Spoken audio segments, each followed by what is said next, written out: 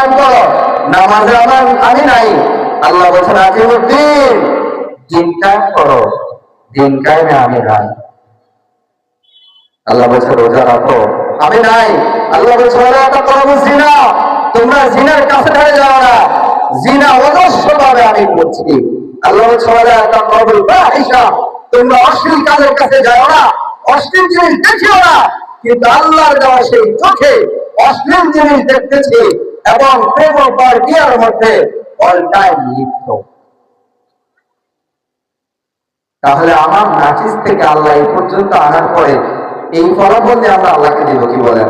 আল্লাহ যা করে জ্বালাইবেন, আল্লাহর হক আছে,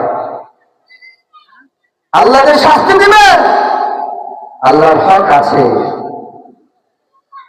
ইমানের অস্তিত্ব আনার পরে আমরা ভুলে গেলাম সবকিছু। আমার এখন শক্তি, আমি এখন যুবক। আরে ভাই, আমার এই জওয়ান, আমার এই যুবকী, এটা তো আল্লাহ রেখেছেন।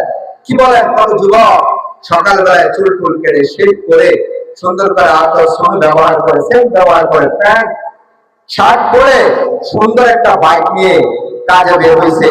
কাজে যাওয়ার তৌফিক হয় নাই, মাঝখানে অ্যাক্সিডেন্ট হয়ে এই দুনিয়া থেকে বিদায় হয়ে চলে গেছে। কি বলেন? এমন ঘটনা ঘটে কিনা বলেন? অহরহ ঘটে। আল্লাহ চাইলে মুহূর্তে নিয়ে যেতে পারে। আর এই হায়াত তো আল্লাহর দেওয়া নিয়ামত। এই হায়াতকে আমার কাজে লাগাইতে হবে। প্রতিদিন কত অক্ষর কথা আমি বলতে পারি, কত মানুষের সুনাম আমি করতে পারি, কিন্তু সারাদিন সুবহানাল্লাহ, আলহামদুলিল্লাহ, আল্লাহর গুণের বাচক নামগুলা জপার তৌফিক আমার হয় না। আমার মতো কপাল পোড়া আর নাই। কারণ আমি আল্লাহর ইহসান, আমার উপরে যেটা আল্লাহ আগে করেছেন অক্ষম থাকা অবস্থায়, সেটা ভুলে গেছি। এখন আমার দরকার ক্ষমতা, এখন আমার দরকার প্রতিপত্তি, এখন আমার দরকার জবরদখল, আমার দরকার আরেকজনকে কিভাবে দাঁড়ানো যায়, আমার দরকার ব্যবসা, আমার ব্যবসা করা হালাল, শুনলে হালাল করে যায়। এটা হচ্ছে যারা সিন্ডিকেট করে বিশাল বিশাল। কারণ ব্যবসা বাণিজ্য করে টাকা ওরা না হলে দিনের কাজে দান করবো কারা? উসমান রাদিয়াল্লাহু তাআলা টাকা আছে তো বিদায় দিনের কাজে খরচ করতে পারছে, আবু বকর ছিল বিদায় তো খরচ করতে পারছে, ওমরের ছিল বিদায় তো খরচ করতে পারছে, আম্মা জান খাদিজাতুল কুবরা রাদিয়াল্লাহু তাআলা আনহা, যিনি তৎকালীন সময়ে আরবের মধ্যে সবচেয়ে সেরা ধনী মহিলা ছিলেন, আছে বিদায় তো খরচ করতে পারছে।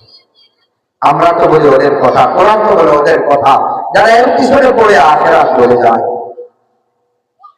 আল্লাহর বিধান কি তার কোনো খবর নাই। কেউ যদি বলেও তেজ উঠে, নামাজের কথা বললে গিয়ে আপনি গিয়ে পড়েন, পর্দার কথা বললে বলে আরে আপনি আমাকে পর্দার কথা বলার কে?